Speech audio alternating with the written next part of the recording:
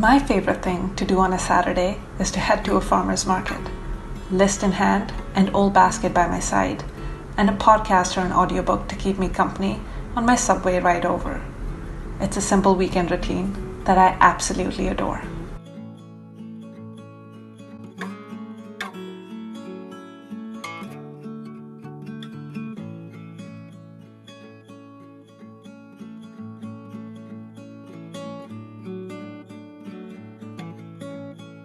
If you're looking for a farmer's market in the city, I would highly recommend the Union Square Green Market on 17th Street. With fall in the air, the market is full of pumpkins, carrots, apples, and beets. And of course, potatoes. From fingerlings to russet, from purple potatoes to Yukon Gold, it's potato season. My personal favorite, however, is the humble sweet potato. Today's recipe is for Masala sweet potatoes.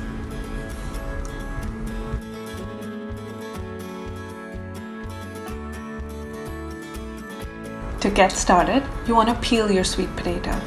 The potato that I'm using here weighed about 1.5 pounds or about 600 grams. Once you've peeled your potato, you want to cube it. I was really hungry, so I cubed the potatoes because they bake faster, but you could also make sweet potato wedges if you wanted to eat them as fries, or sweet potato slices if you want to stuff a pita with them. Whatever makes you happy. Once you've cubed your potatoes, you want to line a baking sheet with foil and transfer the cubes to the tray.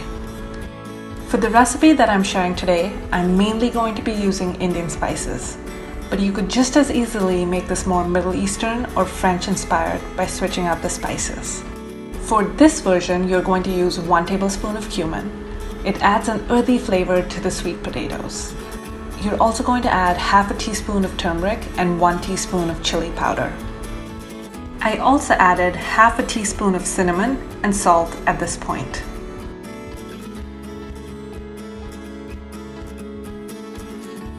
Last, but certainly not the least, you want to add 4 tablespoons of olive oil or coconut oil, depending on what you prefer. You then want to mix this thoroughly so all the potatoes are coated with the spices and put this in a 370-degree oven. It takes the potatoes about 35 to 45 minutes to get done.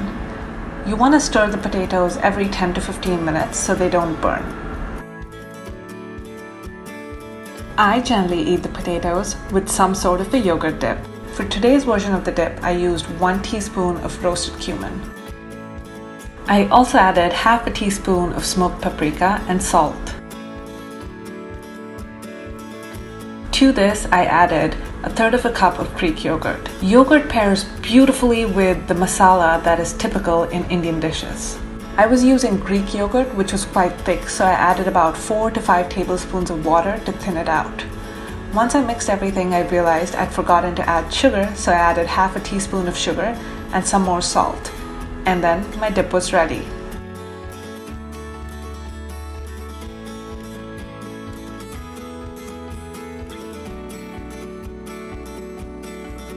The last thing you want to do is cut up some cilantro and finely chop it. No Indian dish is complete without cilantro.